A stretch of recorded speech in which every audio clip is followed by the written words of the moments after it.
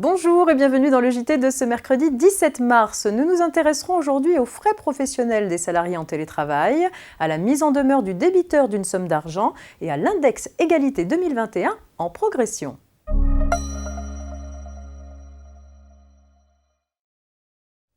On ouvre ce JT avec un point fiscal sur les frais professionnels des salariés en télétravail.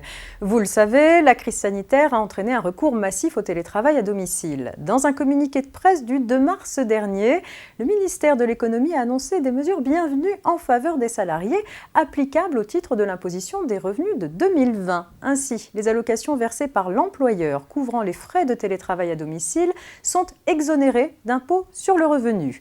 S'il s'agit d'allocations forfaitaires, elles sont exonérées dans la limite annuelle de 550 € dès lors qu'elle couvre exclusivement des frais professionnels engagés au titre du télétravail à domicile.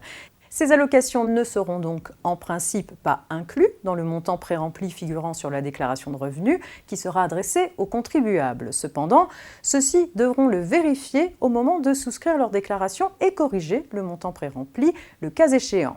Enfin, les particuliers qui renoncent à la déduction forfaitaire de 10% et optent pour les frais réels pourront déduire les frais engagés pour les besoins de leur activité exercée en télétravail à domicile, soit à hauteur des montants exonérés pour les allocations forfaitaires, soit pour leur montant exact, si cela est plus favorable.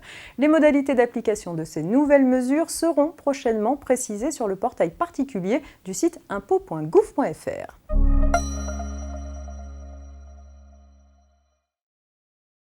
On s'intéresse maintenant à la mise en demeure du débiteur d'une somme d'argent avec l'affaire suivante.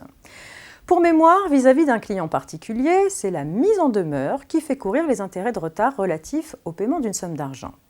À la suite d'impayés, une banque met des emprunteurs en demeure de payer la somme restant due avant de les assigner en justice pour demander le paiement de la somme, outre les intérêts conventionnels et les intérêts de retard, à compter de l'envoi de lettres de mise en demeure adressées par courrier recommandé avec avis de réception.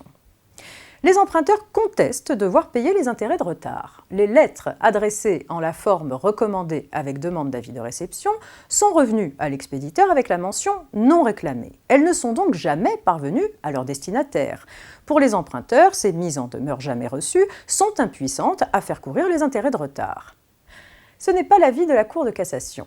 Selon les juges, le défaut de réception effective par le débiteur de la mise en demeure adressée par lettre recommandée n'affecte pas sa validité. Elle est efficace même si elle n'est jamais effectivement parvenue au débiteur.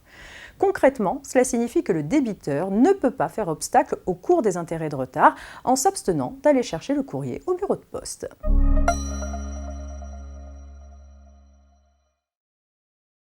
Les entreprises et les unités économiques et sociales d'au moins 50 salariés doivent publier sur leur site internet chaque 1er mars au plus tard un index de l'égalité professionnelle noté sur 100 points pour mettre en évidence d'éventuels écarts de rémunération entre les femmes et les hommes sur une période de 12 mois. Le ministère du Travail a fait le point sur l'index égalité paru au 1er mars et celui-ci est en bonne progression malgré le contexte économique et sanitaire. Pour autant, les indicateurs congé maternité et autres rémunérations pourraient faire mieux. Un décret devrait en outre prochainement améliorer l'outil de l'index en prévoyant notamment l'obligation pour les entreprises de publier leurs notes de manière visible et lisible sur leur site internet, certaines entreprises ayant tendance à le rendre peu visible, et l'obligation pour toutes les entreprises au 1er juin de publier l'ensemble des notes des sous-indicateurs de l'index en plus de leur note sur 100 qui a été publiée au 1er mars. En outre, la proposition de loi à venir qui porte de manière globale sur l'égalité femmes-hommes dans le milieu économique devait prendre des dispositions pour renforcer la place des femmes dans les plus hautes instances de l'entreprise. Fin de ce JT, belle journée et on se retrouve demain, jeudi.